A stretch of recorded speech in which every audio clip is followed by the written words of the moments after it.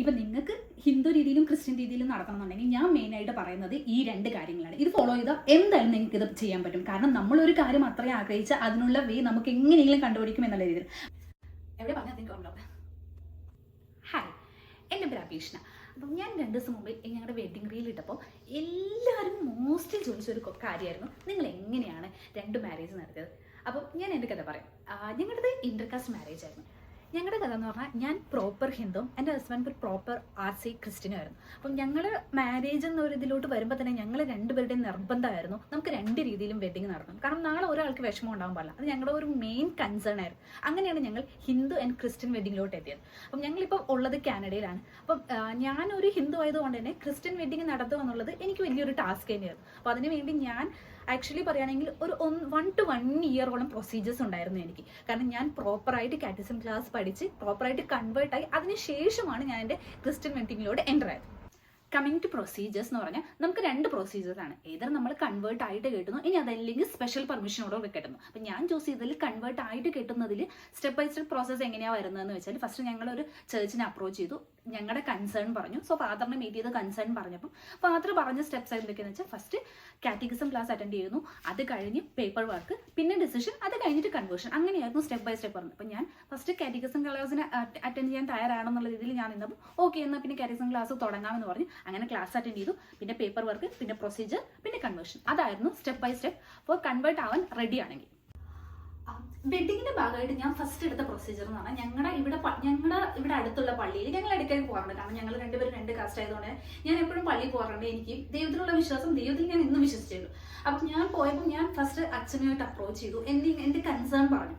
അപ്പം പുള്ളിക്ക് കൺവേർട്ട് ആവുന്നതിൽ അച്ഛൻ നല്ല സപ്പോർട്ടാണ്. ഞങ്ങളുടെ ഇവിടുത്തെ ഫാദർ എനിക്ക് എപ്പോഴും നന്ദി പറയേണ്ട ഒരാളാണ്. കാരണം പുള്ളി നല്ല സപ്പോർട്ടായിരുന്നു. അപ്പം മെയിനായിട്ട് ഫസ്റ്റ് ഞങ്ങൾക്ക് ഉണ്ടായിരുന്നത്, ഞാൻ ഈ കാര്യം പറഞ്ഞപ്പോൾ തന്നെ അച്ഛൻ എന്നോട് പറഞ്ഞത്, ഇന്ന് പറഞ്ഞ് നാളെ കൺവേർട്ട് അതൊരിക്കലും നടക്കുന്ന കാര്യമില്ല. മെയിനായിട്ട് കാറ്റഗിസം ക്ലാസ് പഠിക്കണം, അതായത് ഇതിനെക്കുറിച്ച് അറിയണം, പഠിക്കണം, അതിനുശേഷമാണ് നമുക്കൊരു ഡെസിഷൻ എടുക്കാൻ പറ്റുള്ളൂ. അപ്പം ഞാനും അക്സെപ്റ്റ് ചെയ്ത കാര്യമാണ്. അപ്പം ഞാൻ ഫർദറായിട്ട് ചോദിച്ചത് 2 രീതിയിൽ നമുക്ക് നടത്തായിരുന്നു. ഒന്നെങ്കിൽ ഞാൻ കൺവേർട്ട് ആയിട്ട് ക്രിസ്ത്യൻ ആയിട്ട് നടത്താം, അതല്ലെങ്കിൽ പലരും എന്നോട് ചോദിച്ചിരുന്നു വേറെ എന്തെങ്കിലും ഓപ്ഷൻ ഉണ്ടോ, കൺവേർട്ട് ആകാതെ നമുക്ക് മാരേജ് നടത്താൻ പറ്റും. അപ്പം ഞാൻ അറിഞ്ഞിടത്തോളം, ഞാൻ അന്വേഷിച്ചിടത്തോളം ഞാൻ അറിഞ്ഞ കാര്യം എന്താണെന്ന് വെച്ചാൽ സെക്കൻഡ് ഓപ്ഷൻ എന്ന് പറയുന്നത് നമുക്ക് വേണമെങ്കിൽ ബിഷപ്പിന്റെ കയ്യിൽ നിന്ന് സ്പെഷ്യൽ പെർമിഷൻ എടുത്തിട്ട് മാരേജ് നടത്താം, ഐ മീൻ കൺവേർഷൻ നടക്കാതെ. ഇൻ ദാറ്റ് കേസ് അത് ഒരുപാട് പ്രൊസീജിയേഴ്സ് ഉണ്ടെന്ന് തോന്നുന്നു. കാരണം എന്ന് വെച്ചാൽ നമുക്ക് ആ സ്പെഷ്യൽ പെർമിഷൻ കിട്ടുക എന്ന് പറഞ്ഞാൽ അത് അത്ര എളുപ്പമുള്ള കാര്യമില്ല. എനിക്ക് തോന്നുന്നു അത് നമ്മുടെ പിള്ളേര്, നമുക്ക് ഉണ്ടാകാൻ പോകുന്ന പിള്ളേര് ക്രിസ്ത്യനായിട്ട് വളർത്തിക്കോളാം എന്നൊരു എഗ്രിമെന്റ് പറഞ്ഞാണ് ആ സ്പെഷ്യൽ പെർമിഷൻ കിട്ടുന്നത്. അങ്ങനെയാണ് ഞാൻ കേട്ടറിഞ്ഞത്. പ്രോപ്പറായിട്ട് എനിക്കറിയത്തില്ല. അപ്പോൾ ഓരോരോ ചർച്ചിനനുസരിച്ച് ഇത് മാറാം. അപ്പം ഞാൻ എൻ്റെ ഒരു എക്സ്പീരിയൻസ് ആണ് ഇവിടെ പറയുന്നത്. ഇത് തന്നെ നിങ്ങൾക്ക് നടക്കണമെന്നില്ല. അപ്പം നിങ്ങൾക്ക് ഇങ്ങനെ ഒരു കൺസേൺ ഉണ്ടെങ്കിൽ ഞാൻ ഫസ്റ്റ് നിങ്ങളോട് പറഞ്ഞത് ഡയറക്റ്റ് ആയിട്ട് നിങ്ങളുടെ അടുത്തുള്ള നിങ്ങളുടെ ഇടവകയിൽ പോയി അന്വേഷിക്കുക. അപ്പോൾ അവിടെ മേ ബി പ്രൊസീജിയേഴ്സ് വേറെ ആയിരിക്കും. പക്ഷെ ഞാൻ ഗോ ത്രൂ ചെയ്ത പ്രൊസീജിയേഴ്സ് ഇതാണ് എനിക്ക് എളുപ്പമായിട്ട് തോന്നിയത്. എനിക്ക് തോന്നുന്നത് ഇത് എല്ലാ ഇടവകയിലും ഓൾമോസ്റ്റ് അക്സെപ്റ്റബിൾ ആണെന്നാണ് തോന്നുന്നത്. കാരണം ആ ഒരു ഇൻഫർമേഷനാണ് എനിക്ക് ഇവിടുത്തെ ചർച്ചിലെ പാർട്ടിൽ നിന്നും കിട്ടിയത്. അപ്പം ഞാൻ ഫസ്റ്റ് ചർച്ചിൽ പോയി അവിടെ നിന്ന് എൻ്റെ കാറ്റഗിസം ക്ലാസ് സ്റ്റാർട്ട് ചെയ്തു. എനിക്കൊരു സിസ്റ്റർ ആയിരുന്നു. അപ്പോൾ എനിക്ക് ഇവിടുത്തെ ജോലി കഴിഞ്ഞിട്ട് എനിക്ക് എല്ലാ ദിവസവും ഒരു 2 hours അടുത്ത് ക്ലാസ് ഉണ്ടാവും. അപ്പം വീക്ക്ലി എനിക്ക് 3 to 4 days ക്ലാസ് ഉണ്ടാവും. Depends upon my schedule. എൻ്റെ ഷെഡ്യൂൾ എങ്ങനെയാണോ അതനുസരിച്ച് ഞാൻ മോസ്റ്റ്ലി 3 days 4 days ഒക്കെ എല്ലാ വീക്കും ഞാൻ ക്ലാസ് അറ്റൻഡ് ചെയ്തിട്ടുണ്ട്. അപ്പം ആ ക്ലാസ്സിന് ശേഷമാണ് പിന്നെ ഒരു ഫാദറായിട്ട് ഒരു മീറ്റിംഗ് ഉണ്ടായിരുന്നു. അതിനുശേഷമാണ് കൺവേർഷൻ എന്നൊരു ഡേറ്റിലോട്ട് ഞങ്ങൾ എത്തിയത്.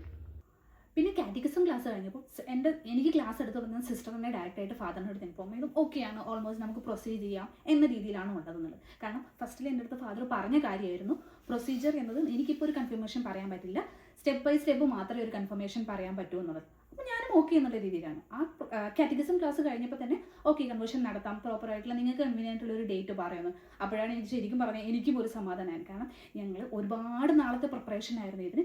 അങ്ങനെയാണ് ഫൈനലി ഇത് ഓക്കെ ആയി കിട്ടിയത്. കൺവേർഷൻ പിന്നെ ഡയറക്റ്റായിട്ട് പ്രോപ്പർ കൺവേർഷൻ ആ രീതിക്കാണ് എൻ്റെ ഒരു ജേർണി പോയത്. പക്ഷേ എല്ലാവർക്കും ഇത് അക്സെപ്റ്റബിൾ ആവണമെന്നില്ല, ഡിപ്പെൻസ്. അപ്പം നിങ്ങൾക്ക് കൺവേർട്ട് ആകാൻ താല്പര്യമില്ല, അല്ലാതെ ഒരു ചേർച്ച് വെഡിങ് ആണ് ഉദ്ദേശിക്കുന്നതെങ്കിൽ എനിക്ക് തോന്നുന്നു നിങ്ങളുടെ ഇടവകേനനുസരിച്ച്. അതിപ്പം ഞാനിപ്പം അറിഞ്ഞെടുത്തോളം കാരണം ഈ ഡീറ്റെയിൽസ് ഞാൻ ഫാദറിൻ്റെ അടുത്ത് ഫുള്ള് ചോദിച്ചറിഞ്ഞായിരുന്നു. കാരണം നമ്മളൊരു കാര്യം പറയുമ്പോൾ അതിനെക്കുറിച്ച് കുറച്ചെങ്കിലും അറിയണം. അപ്പം ഞാൻ അറിഞ്ഞിടത്തോളം ഇപ്പം നാട്ടിൽ കൺവേർഷൻ ഉള്ളത് അത്ര എളുപ്പമല്ല. എനിക്ക് ഇവിടെ നടത്താൻ പറ്റും, പക്ഷെ അതുപോലെ അത്ര എളുപ്പമല്ല നാട്ടിൽ കൺവേർഷൻ നടത്തുക എന്നുള്ളത്.